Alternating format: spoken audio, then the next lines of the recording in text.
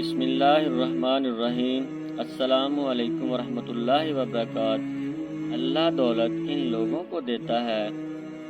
دولت کی خوشی کن لوگوں کے حصے میں آتی ہے؟ محترم ناظرین، متعدد روایات میں آتا ہے جس کا مفہوم کچھ اس طرح ہے کہ ہر صبح خوشیاں اللہ تعالیٰ کے سامنے ہاتھ باندھ کر روزانہ کھڑی ہو جاتی ہیں کہ اے اللہ، ہمارے لیے آج کا کیا فیصلہ ہے، آج کے دن کے لیے ہمارے لیے کیا حکم ہے۔ اللہ تعالیٰ فرماتے ہیں کہ فلاں فلاں ظالمین اور مخالفین کے پاس چلی جاؤ، جو اللہ کے نافرمان لوگ ہوتے ہیں، جو اللہ کے ناپسندیدہ لوگ ہوتے ہیں، جو سرکش اور باغی لوگ ہوتے ہیں، خوشیاں کو ان کے ہاں بیچ دیے جانے کا حکم ہوتا ہے۔ اس کے بعد فاقے، پریشانیاں، غم وغیرہ رہ جاتے ہیں۔ اللہ تعالیٰ فرماتے ہیں کہ اچھا، تم میرے پیاروں کے پاس چلے جاؤ۔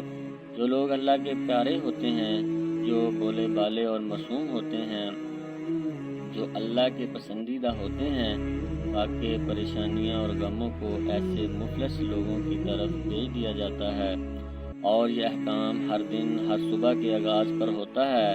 حدیث پاک میں آیا ہے کہ جس بندے کو اللہ اور اس کے رسول سے محبت ہو، اس پر پریشانیاں اس طرح آئیں گی جیسے پانی ڈھلان کی طرف تیزی کے ساتھ چلتا ہے۔ نیکی اور دینداری کی زندگی میں یہ پریشانیاں تو آتی ہیں، لیکن یہ تھوڑی سی پریشانیاں ہیں۔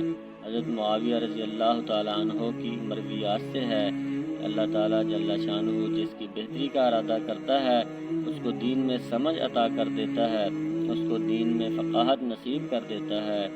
دولت کا کثرت سے مل جانا یا نہ ملنا یہ کوئی بات نہیں ہے۔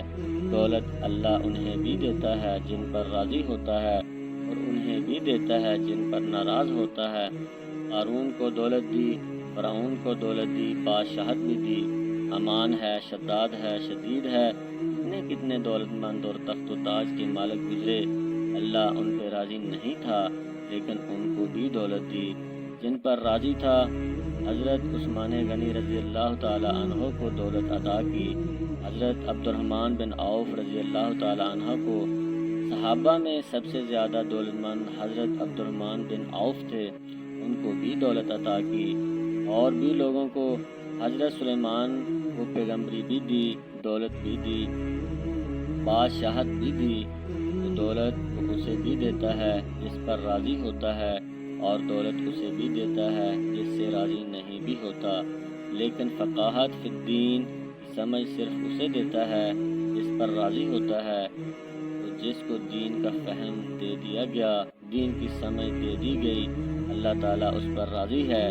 جس کی بھلائی چاہتا ہے، جس کی بہتری چاہتا ہے، اس کو اللہ تعالیٰ جل شانہ دولت دین دے دیتا ہے اور دین کی سمجھ عطا کر دیتا ہے۔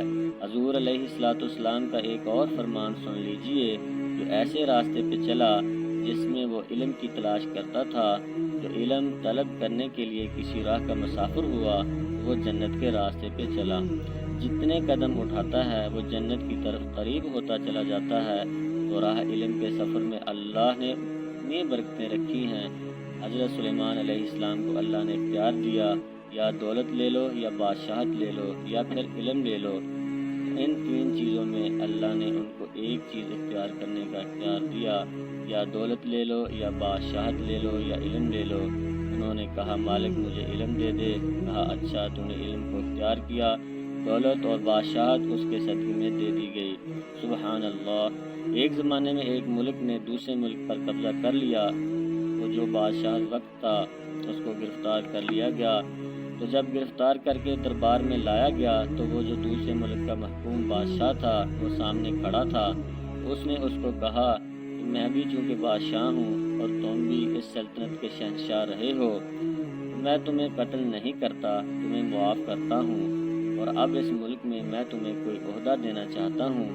اب تم بتاؤ تم کون سا عہدہ قبول کرو گے؟ اب ہمارے حکمران ہوتے تو وہ کہتے وزیر خزانہ لگا دو، لیکن اس نے کہا مجھے معلم لگا دو، مجھے ٹیچر لگا دو۔ وہ بادشاہ ہنس پڑا، کہنے لگا پھر دوبارہ بادشاہی چاہتے ہو؟ یہ بادشاہی ہے، یہ شہنشاہی ہے۔ جو راہ علم پر چلا وہ جنت کے راستے پہ چلا، اللہ اس کے لیے جنت کی راہیں بھی آسان کر دیتا ہے اور دنیا بھی۔ اللہ تعالیٰ اس کو عزتوں سے نوازتا ہے۔ تعلیم و تعلم کا جہان حقیقی جہان ہے۔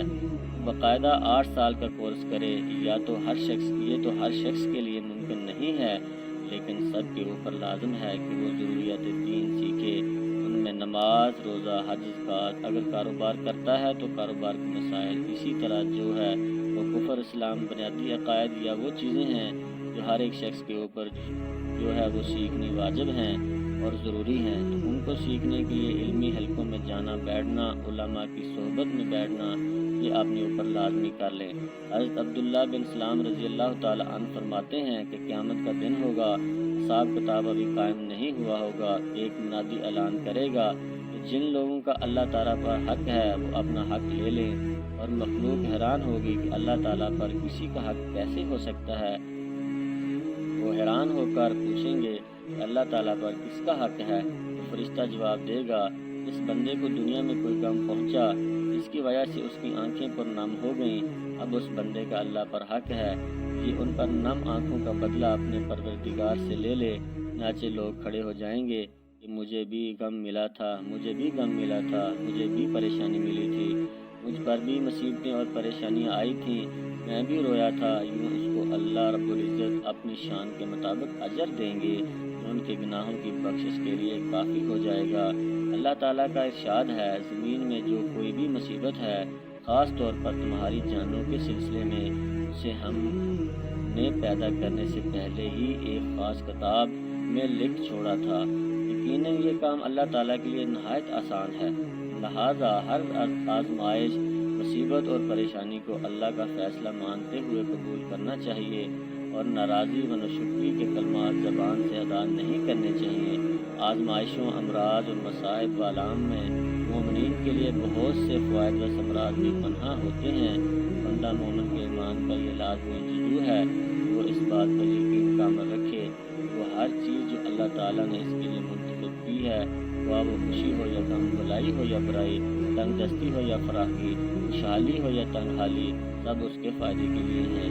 نبی کریم صلی اللہ علیہ وسلم کا فرمان گرامی ہے، مومن کا معاملہ بھی تعجب خیز ہے، اللہ تعالیٰ اس کے لیے جو بھی فیصلہ فرماتا ہے وہ اس کے لیے خیر و بلائی کا ہی باعث ہوتا ہے، اور یہ اعزاز سوائے مومن کے اور کسی کو حاصل نہیں ہے۔